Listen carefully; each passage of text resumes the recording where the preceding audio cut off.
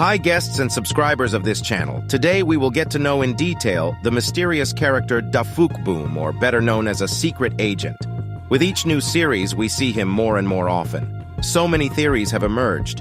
Whose side is he on? Does he want to save the world from the Skibidists? Or does he want the opposite, to destroy all the agents and conquer the world? Either way, he's one of the key characters in the Skibiditoilet series. And in this video, I'll show you all the secrets and passphrases that you didn't know about. So watch this video until the end, so you don't miss anything. Give this video a like and subscribe to the channel if you want to see more analytical videos and be always up to date with news about the Skibidi universe.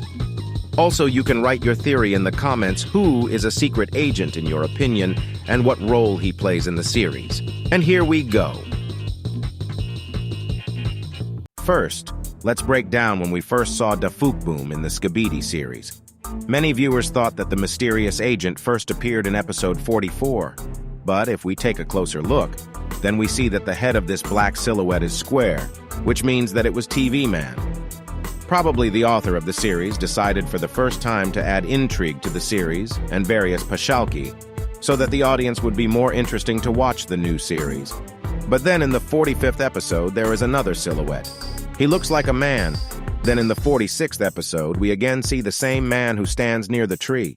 In this episode, there is a toilet vacuum cleaner, which can threaten the life of the secret agent, but they just do not notice it. We can assume he's just invisible. And in episode 47, there's an unexpected twist. After G-Man deals a devastating blow to the cameraman, we see the face of the mystery agent. From all appearances, he looks just like DaFuqBoom. But there are a few questions. Did DaFuqBoom approach the cameraman to save him? Or did he think the cameraman's camera wasn't working? And then he turned off the cameraman's camera. But why did he even approach the cameraman? There's a difference of opinion. First opinion, DaFuqBoom wanted to help the cameraman save his life. The second opinion, DaFuqBoom wanted to take the operator to his lab to interrogate him or conduct an experiment. Either way, DaFuqBoom is not afraid of being seen, or he is not visible to all the characters at all. And in episode 48, when the agent fires the weapon, we see the same DaFuqBoom in the window. What's he doing there? No one knows yet. Perhaps he's just observing this war. Then in episode 49, we see G-Man wearing the same glasses as DaFuqBoom. Now we are left in no doubt. DaFuqBoom is a character who fights on the side of the Skibidists and helps them in this war. Then we can see DaFuqBoom again in season 17 at 52nd episode. He is standing on a building as an army of agents led by a cameraman. Titan advances on the city and destroys everything in its path. And the weird thing is that the agents don't do anything to DaFuqBoom. Absolutely nothing. It's like they don't see him or just don't notice his presence. We see him again in episode 55 on one of the floors of the house on the right. And finally, something that almost everyone didn't see. Look what happened in episode 56. When the camera turned very quickly, we can see DaFuqBoom in the car again, sitting there like nothing happened. And you know what's interesting? The most interesting thing is that he is sitting surrounded by agents, and none of the agents are trying to attack him. What does that mean? As we know, all we see in the show is footage from the various cameramen, so we all see what they see. The agents just don't attack him, so we can come up with a whole other theory about it. But why didn't DaFuqBoom just show up earlier? Where was he all the time before his first appearance? I think he existed all this time, but just didn't come out. He may have been afraid of being seen, but over time he figured out how to make sure no one could hurt him. One theory is that DaFuqBoom may be the last person to survive the Skibidi invasion. While the world watched the war between the Skibidis and the agents, our mysterious hero was working on a vaccine that would help him keep the Skibidi from infecting him. Second theory tells us that DaFuqBoom is not just a man who survived.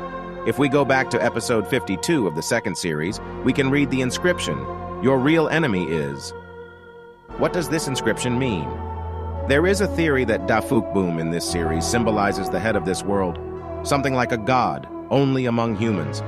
He literally looks at this senseless war and realizes that the main enemy of this world is the war itself, which just makes the two races compete with each other and lead to terrible destruction.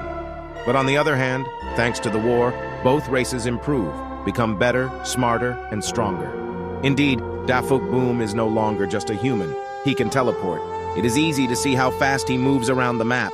He may also have other abilities that we don't know about yet.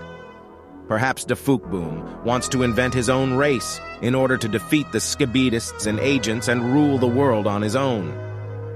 But before we hear the last theory, let's take a close look at the behavior of agents. They experience emotions like love, fear, disgust, and sadness. This tells us that the agents are no longer just a race of robots programmed to win the war against the Skibidi toilets. Their artificial intelligence is already almost the same as that of humans, as they are able to invent new races on their own in order to win the war, and it is quite realistic that they, as well as the toilets themselves, want to become the main ones in the Skibidi universe. And now we can move on to the third theory.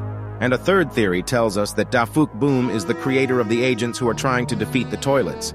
But in that scenario, why would DaFuqBoom help the Skibidis? It's very simple. Agents are far more than just robots. It's worth remembering that the toilets are infected humans. And when the toilet dies, then the person dies. That's a terrible thing to realize. DaFuqBoom created the agents for a good cause, but now the agents just kill toilets. They don't even try to cure them. And DaFuqBoom realizes that his creation is doing more harm than the toilets. And now he's helping toilets, creating new technologies and improving old ones. I don't think a Skibidi scientist could have come up with so much technology on his own. DaFuqBoom is going to win this war, but both sides just don't realize it. He has a cool plan, which is to cure the Skibidi toilets, not kill them like the agents do. You have to realize that if the agents defeat the Skibidis, all humans will die out and no one will be a winner in this war. A world without humans is not what DaFuqBoom wants. Personally, I have many theories about this too, but I like one of them more than all of them. I have a theory.